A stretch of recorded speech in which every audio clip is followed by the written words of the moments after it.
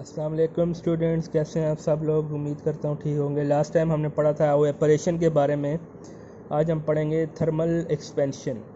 Thermal expansion हमारे पास क्या है, जब भी आप किसी चीज़ को हीट अप करते हैं तो वो एक्सपेंड होती है, उसके एटम्स आगे की तरफ मूव करते हैं। सारी बात है, जब आप मूव करेंगे तो उसके दरमियान काइनेटिक एनर्जी ज़्यादा होगी। एटम्स आगे की तरफ मूव करेंगे तो उसके अंदर एक्सपेंशन प्रोड्यूस होगी। नॉर्मली सॉलिड के अंदर हमारे पास एक्सपेंशन प्रोड्यूस होती है। हमारे पास काइनेटिक एनर्जी के ज़्यादा होने से पार्टिकल्स आगे की तरफ मूव करते हैं, पुश होते हैं आगे की तरफ, और उसकी वजह से हमारे पास जैसे लाइन होती है ना, कोई लाइन हो तो उस लाइन के अंदर हमारे पास आप धक्का दें तो पार्टिकल्स आगे मूव करेंगे तो क्या होगा, वो आगे की तरफ मूव करेंगे, हर पार्टिकल आगे की तरफ जाएगा तो इस तरह लेंथ के अंदर इजाफा होगा। उसको एक्सपेंशन कहते हैं। तो दो तरह की एक्सपेंशन होती है, linear thermal expansion in solid. Linear thermal expansion का मतलब है कि सिर्फ और सिर्फ लेंथ के अंदर तब्दीली है। हीट अप करने से थर्मल एक्सपेंशन सॉलिड के अंदर सिर्फ अगर लेंथ के अंदर चेंज आएगी तो लीनियर थर्मल एक्सपेंशन करेगी, लेकिन लेंथ के साथ विड्थ भी चेंज होती है तो उसे वॉल्यूम थर्मल एक्सपेंशन कहते हैं। ठीक है, दोनों को डिस्कस करते हैं। अच्छा, जितनी इनिशियल लेंथ ज़्यादा होगी उतनी ज़्यादा हमारे पास लाइन छोटी होगी, तो छोटे एटम्स होंगे। छोटे मतलब एटम्स का मतलब है कम एटम्स होंगे और कम एक्सपेंशन प्रोड्यूस होगी। बड़े हमारे पास कोई लेंथ बड़ी होगी, इनिशियल लेंथ बड़ी होगी तो ज़्यादा एटम होंगे, ज़्यादा एक्सपेंशन प्रोड्यूस होगी। तो हमारे पास चेंज इन लेंथ जो है वो यहाँ पे एल नॉट जो है वो ओरिजिनल लेंथ है। ठीक है, और हमारे पास उसका जो टेम्परेचर है वो टी नॉट है। ठीक है, और जिस टाइम चेंज होगी उसकी लेंथ जो है वो एल हो जाएगी और उसका जो टेम्परेचर है वो टी हो जाएगा। ठीक है, तो डेल्टा एल हमारे पास इंक्रीज़ इन लेंथ जो रॉड की है वो एल माइनस एल नॉट है, जबकि हमारे पास increase in temperature T minus T naught है। अच्छा, और जो चेंज इन लेंथ है वो डायरेक्टली प्रोपोर्शनल होगी इनिशियल लेंथ के भी, और टेम्परेचर चेंज इन टेम्परेचर, जितना टेम्परेचर ज़्यादा होगा जितना टेम्परेचर के अंदर चेंज ज़्यादा करेंगे उतनी लेंथ के अंदर चेंज आएगा। जितनी ओरिजिनल लेंथ ज़्यादा होगी उतनी ज़्यादा टेम्परेचर के अंदर चेंज ज़्यादा आएगा। दोनों को डायरेक्टली प्रोपोर्शनल कर दिया हमने, L not minus delta T. इसको इक्वल करने के लिए कोई कांस्टेंट लगाएंगे, वो कांस्टेंट प्रोपोर्शनैलिटी हमारे पास क्या है, अल्फ़ा। अल्फ़ा है, अल्फ़ा को हम कहते हैं linear coefficient of linear expansion. Coefficient of linear expansion, एक केल्विन टेम्परेचर के अंदर राइज करें तो जो हमारे पास चेंज आएगा लेंथ के अंदर उसे अल्फ़ा बोलेंगे। तो हमारे पास डेल्टा एल की वैल्यू लगाई L minus L nought, alpha is equal to L nought delta T. सिर्फ एल की वैल्यू, ओरिजिनल लेंथ की वैल्यू फाइंड आउट करनी है। तो ये जो माइनस एल नॉट है इसको इक्वल के उस तरफ ले जाएं, ये प्लस हो जाएगा और फिर कॉमन लेके इस तरीके से सिर्फ अल्फ़ा की अगर आपने वैल्यू लेनी है लीनियर थर्मल एक्सपेंशन की, तो उसकी वैल्यू डेल्टा एल और एल नॉट डेल्टा टी आती है। ठीक है, लीनियर से पर केल्विन राइज इन टेम्परेचर, एक केल्विन राइज करें तो उसकी वजह से जितना चेंज आएगा लेंथ के अंदर उसे अल्फ़ा बोलते हैं। वॉल्यूम के अंदर सेम कैलकुलेशन है, जहाँ पे एल लगा हुआ है वहाँ पे वी कर देंगे, जहाँ पे एल नॉट है वहाँ पे वी नॉट, जहाँ पे डेल्टा एल है वहाँ पे वी नॉट कर देंगे। एक्सपेंशन की केस में वॉल्यूम में लेंथ के साथ विड्थ भी चेंज होती है, सेम डेरिवेशन है, बस अल्फ़ा की जगह हम बीटा लगा देंगे। ये हमारे पास वो थर्मल एक्सपेंशन ऑफ वहाँ पे क्या था, coefficient of linear thermal expansion, यहाँ पे coefficient of volume thermal expansion beta. Beta हमेशा अल्फ़ा से ज़्यादा होता है, क्योंकि जिससे वॉल्यूम एक्सपेंड करता है तो हमारे पास विड्थ के साथ साथ लेंथ के साथ साथ विड्थ भी तो चेंज होती है ना। तो ये आपने याद रखना है, beta is equal 3 time alpha. Alpha का 3 टाइम्स है, ये भी आपने एनवाई के प्रॉब्लम्स वगैरह के लिए भी और एमसीक्यूज़ के लिए भी याद रखना है। उसके बाद हमारे पास क्या है, लीनियर थर्मल एक्सपेंशन। और थर्मल एक्सपेंशन के जो यूजेस हैं डेली लाइफ के अंदर काफ़ी ज़्यादा यूजेस हैं। आप देखते हैं रेलवे ट्रैक के अंदर ना इस तरीके से गैप छोड़ा जाता है। उसकी रीज़न ये होती है कि जिस टाइम गर्मियाँ आती हैं, गर्मियों की वजह से एक्सपेंड होता है, एक्सपेंड होने से ट्रैक जो है वो टेढ़ा मेढ़ा हो जाता है और ट्रेन को हादसा हो सकता है। तो पहले ही गैप छोड़ देते हैं ताकि गर्मी के अंदर कोई प्रॉब्लम हो तो एक्सपेंड होकर वो फिल हो जाए। इस तरह रोड वगैरह, ब्रिजेज़ वगैरह के अंदर भी थोड़ा सा गैप छोड़ा जाता है ताकि वो फिल हो जाए। ये ब्रिजेज़ आपको नज़र आ रहे हैं, ब्रिज के अंदर ना रूलर लगाए जाते हैं नीचे। ठीक है, रूलर लगाए जाते हैं गैप छोड़ के। उसकी रीज़न ये होती है कि जिस टाइम रूलर लगाए जाएंगे तो एक्सपेंड होगा तो वो रूलर हमारे पास उसके ज़ोर को बर्दाश्त कर देंगे और टूटेगा नहीं। एक्सपेंड होकर टूटने का डर जो है ना वो ख़त्म हो जाएगा।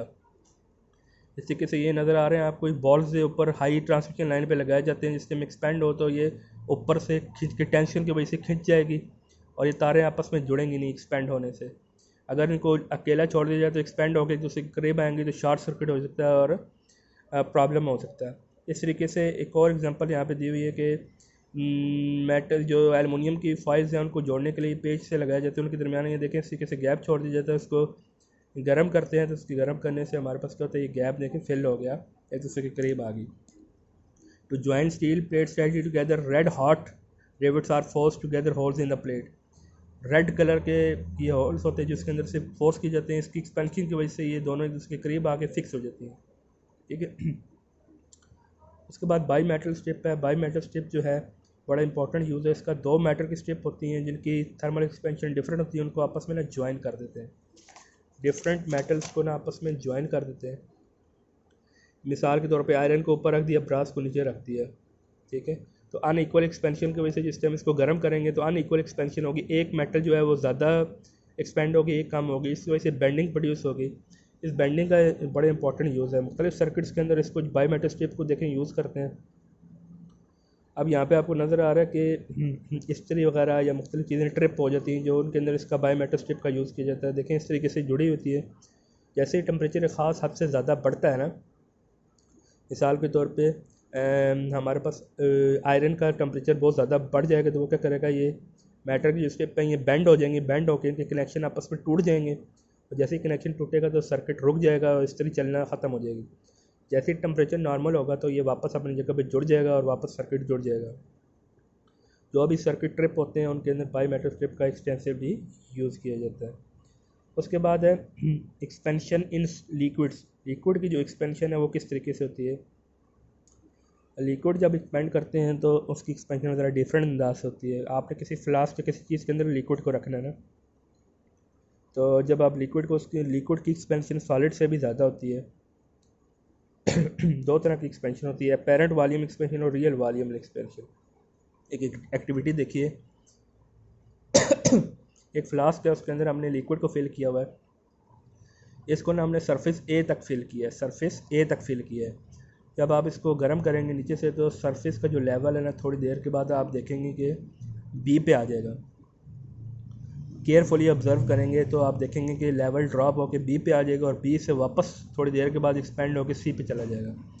अच्छा, अब होता क्या, प्रॉब्लम ये है कि ये ए से बी तक इतना कम माइन्यूट्स होता है कि फील ही नहीं होता ना एक्सपेंशन। तो ऐसा क्यों होता है, हमारे पास होता क्या है कि स्टार्टिंग में लेवल नीचे क्यों जाता है फिर एकदम ऊपर क्यों आता है। स्टार्टिंग में जिस टाइम आप गर्म करेंगे तो पहले जो सॉलिड है वो एक्सपेंड होगा, सॉलिड के एक्सपेंड होने की वजह से जगह थोड़ी सी ज़्यादा क्रिएट होगी, वाटर का लेवल ड्रॉप होकर नीचे आएगा तो पॉइंट बी पे पहुंच जाएगा। फिर जब दोबारा गर्म होना शुरू होगा तो फिर लिक्विड खुद एक्सपेंड होगा और बी से सी पे तक जाएगा। तो इंसानी आँख को ना एक्सपेंशन जो है ना वो हमने तो फिल ए तक किया था, हमें ऐसे ही नज़र आता है ए से सी तक एक्सपेंशन हुई है, लेकिन रियलिटी में तो बी से सी तक हुई है ना, ए और बी की एक्सपेंशन फील नहीं होती। इस वजह से हमारे पास क्या होता है, जो ए से लेके सी तक है वो हमारे पास अपेरेंट एक्सपेंशन है, लेकिन बी से लेके सी तक वो रियल एक्सपेंशन है। असल में तो बी से लेके सी तक हो रही है ना, एक्सपेंशन ऑफ सॉलिड को इग्नोर हम नहीं कर सकते। तो इंसानी आँख को ए से सी अपेरेंट फील होती है, तो रियल हमारे पास क्या होगा, B C A C plus A B भी आपने काउंट करना है, यानी जो सॉलिड की एक्सपेंशन होती है उसको भी काउंट करना है, ठीक है। जो हमारे पास रियल एक्सपेंशन है उससे बीटा गैमा, जो हमारे पास अपेरेंट है उससे बीटा ए, और जो हमारे पास एक्सपेंशन ऑफ फ्लास है उससे जी के साथ, बीटा जी के साथ रिप्रेजेंट करते हैं। ठीक होगा जी, इस तरीके से ये चैप्टर हमारे पास ख़त्म हुआ। अब इसके न्यूमेरिकल प्रॉब्लम्स की तरफ जाते हैं। अस्सलाम वालेकुम, अब न्यूमेरिकल प्रॉब्लम्स की तरफ आते हैं। इसके न्यूमेरिकल प्रॉब्लम इजी हैं। पहला जो न्यूमेरिकल प्रॉब्लम है वो सिंपल कन्वर्जन है, टेम्परेचर की कन्वर्जन हमने बताई थी आपको। सेंटीग्रेड में दिए हुआ है, फ़ारेनहाइट में चेंज करने के लिए फार्मूला है 1.8 C + 32। इस पर हमने वैल्यू लगा दी सी की 1.8 मल्टीप्लाई बाई 50 + 32, तो ये हमारे पास आ गया। सेकंड वाला जो न्यूमेरिकल है उसमें भी कुछ ऐसे ही है, सी की वैल्यू आपको फ़ारेनहाइट की उसने दे दी और सेंटीग्रेड में करने, तो इसी फार्मूले को रीअरेंज कर सकते हैं हम। नज़र आ रहा है आपको, एफ़ की वैल्यू हमने फाइंड आउट करनी है बेसिकली। फिर उसके सी की वैल्यू जैसे ही आएगी हमारे पास एफ़ की मदद से, तो फिर उसको केल्विन में चेंज करने के लिए 273 ऐड कर देंगे। ये भी आसान है, ये भी कन्वर्जन हमने पढ़ी थी। उसके बाद थर्ड न्यूमेरिकल के अंदर आपको चेंज इन टेम्परेचर दिया हुआ है और अल्फ़ा की वैल्यू दी हुई है। Change in temperature original length भी दे दी 2 मीटर। चेंज इन टेम्परेचर इसको पहले केल्विन में चेंज करेंगे, जो भी सेंटीग्रेड में टेम्परेचर इसको केल्विन में चेंज करेंगे, 20 को भी 0 को भी। फिर डेल्टा टी हमने निकाला, 20 केल्विन बनता है। अल्फ़ा की वैल्यू भी दे दी, फार्मूला हमारे पास है delta L is equals to हमारे पास है alpha L nought delta D, उसमें सिर्फ वैल्यूज़ लगा दें तो हमारे पास आसानी से आंसर आ जाएगा। अगले वाला है वो हमारे पास वॉल्यूम वाला है, जो हमने बीटा वाला पढ़ा था, उसमें बीटा की वैल्यू आपको ऑलरेडी दी हुई है, ठीक है।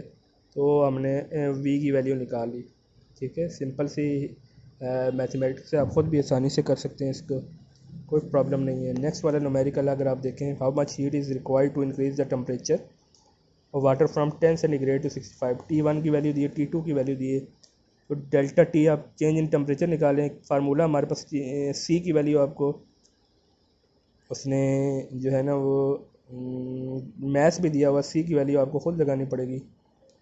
Delta Q is equal to M C delta T है, तो हमारे पास ये वैल्यूज़ लगा दिया आपने, तो हमारे पास आ जाएगा। फार्मूला याद रखना, delta Q plus M C delta T, ठीक है। एम की वैल्यू 0.5 है, सी की वैल्यू 2400 और ये हमारे पास आ गया, ठीक है। वाटर की स्पेसिफिक हीट की वैल्यू 4200 किलो जॉल होती है। सॉरी ये गलत लिखा हुआ है, 2400 नहीं है, ये 4200 आपने लिखना है, ठीक है। इट मिस्टेक, 4200 आपने लिखना है, ठीक है। उसके बाद हमारे पास नेक्स्ट वाला न्यूमेरिकल है, उसमें पावर आपको दी हुई है। पावर हमारे पास 1000 जॉल है, मैथ्स दिया हुआ उसको केजी में चेंज किया, टेम्परेचर दिया हुआ है, सी की वैल्यू 4200 देखा ना लिखी हुई है, चेंज इन टेम्परेचर निकाला। पावर का फार्मूला हमारे पास क्या होता है, W/T, तो हमारे पास पावर इज Q/T हमने कर दिया। W और Q एक ही चीज़ होते हैं, तो यहाँ पे हमने P क्रॉस T कर दिया। Q की वैल्यू हमें पता है MC डेल्टा T है, तो T की वैल्यू इस न्यूमेरिकल के ज़रिए इस तरीके से टाइम निकालेगा हमारे पास, ठीक है। उसके बाद नेक्स्ट वाला न्यूमेरिकल है, उसमें आपका latent heat of vaporisation of fusion use होगी। फ्यूजन के लिए MHF डेल्टा QF है। HF की वैल्यू आपको ऑलरेडी दे दी है, सिर्फ वैल्यूज़ लगानी है। अगले में वेपराइजेशन होगा, ठीक है, सेम न्यूमेरिकल है वेपराइजेशन वाला। अच्छा, मेरी सजेशन ये है कि ये केस वाला बड़ा लंबा न्यूमेरिकल है, इसका एग्ज़ाम में बहुत कम आता है, तो स्टिल आप इसको देख लें कि मेरी कोशिश ये है कि आप 8वां और 9वां वाला न्यूमेरिकल रहने दें, इसको ना करें। ये मुश्किल है, ये बहुत कम एग्ज़ाम में, सॉरी 10वें वाला और 8वें वाला, 9वें वाला तो इजी है, वो वेपराइजेशन के बारे में। 8वां और 10वें को रहने दें, ना करें, ठीक है।